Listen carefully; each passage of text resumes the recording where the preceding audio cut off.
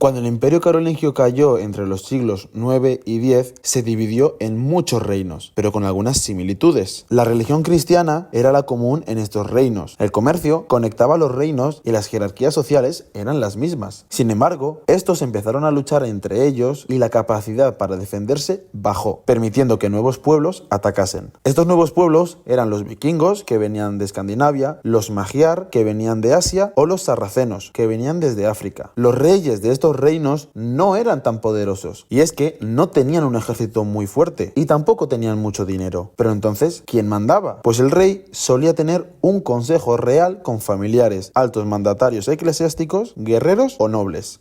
Con las invasiones a Europa y el débil ejército de los reyes, los campesinos buscaron protección en los nobles, quienes también tenían ejército y un castillo donde refugiarse. A cambio, la nobleza les exigía trabajar para ellos, convirtiéndose así en siervos. Pero al noble, estos feudos se los dio el rey, a quien le debía vasallaje y lealtad. Aún así, algunos nobles tenían otros nobles como vasallos, creando así una red de vasallaje. Estos feudos tenían una reserva señorial, que era el castillo, los campos, los prados y los bosques que se quedaban. Además, los señores feudales también impartían justicia y cobraban impuestos por usar el molino, el horno o pasar por sus calles. La sociedad feudal era estamental, donde nacías, morías, sin poder subir o bajar en la jerarquía social, menos el clero. Los nobles eran los que estaban más arriba, después el clero y debajo de todo los trabajadores. Los dos primeros gozaban de ventajas como no pagar impuestos, no hacer trabajos duros o controlar la administración, mientras que los trabajadores no tenían privilegios.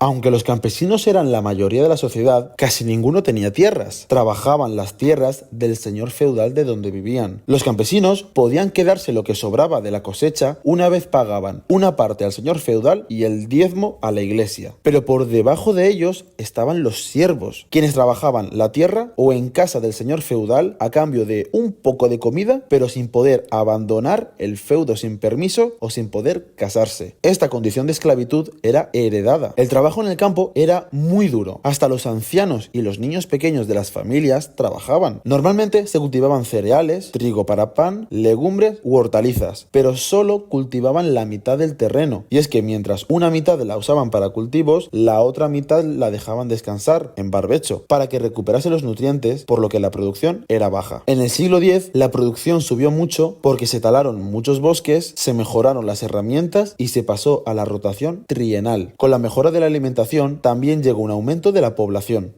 Las aldeas tenían en el centro un castillo o un monasterio y a su alrededor estaban los huertos y más allá las viñas, las oliveras y después los bosques. Las casas estaban construidas con madera y tenían una sola habitación que se calentaba con un fuego y un establo para los animales. Por el otro lado, para los nobles la guerra era lo más importante, quienes recibían educación militar desde pequeños como escuderos de otro noble hasta que a los 18 años eran nombrados caballeros. Cuando llegaba la guerra, los reyes llamaban a los caballeros y a sus vasallos, y cuando la guerra acababa y había paz, los nobles organizaban torneos para entrenar. Sin embargo, las nobles solteras acababan en los monasterios donde se las educaba.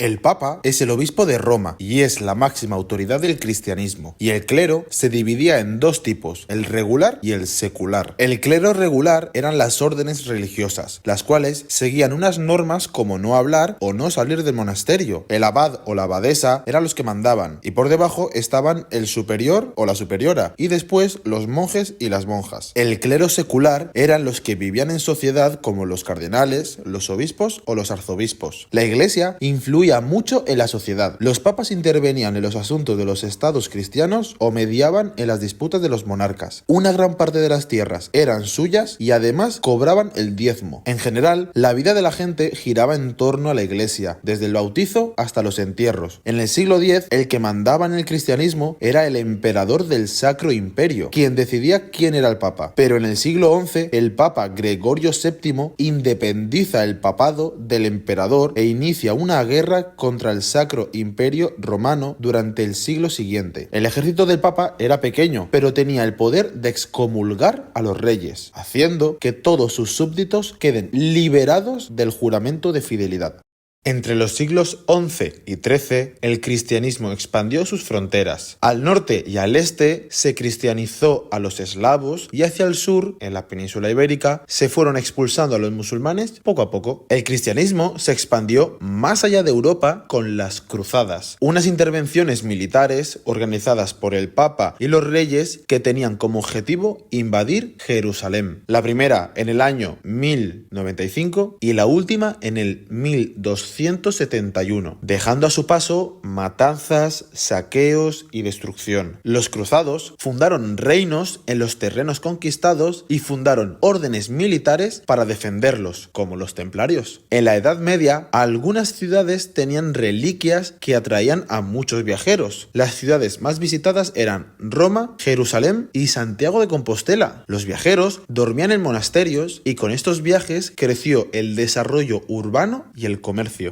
Entre los siglos XI y XIII se expande por Europa el románico, un estilo común en las rutas de peregrinaje. El románico llegó a iglesias, catedrales y monasterios para decorar. Como la mayoría de la población no sabía leer los textos sagrados, se representaban con pinturas y relieves. Los edificios eran de piedras muy grandes, por lo que se volvieron a técnicas romanas para construir, como la bóveda de cañón o los arcos de media punta, sujetados con contrafuertes en el exterior, reduciendo así las ventanas. Esto hizo que los edificios fuesen muy pesados y con muy poca luz. Los edificios tenían planta de cruz latina, con el brazo principal, un crucero acabado en un ábside y una girola. La escultura se pintaba y se adaptaba a la arquitectura con figuras que no representaban la realidad. Se jerarquizaban los personajes, siendo el más importante el más grande. La pintura era principalmente frescos y también se adaptaba a la arquitectura. También tenía una función didáctica y también se jerarquizaba a los personajes.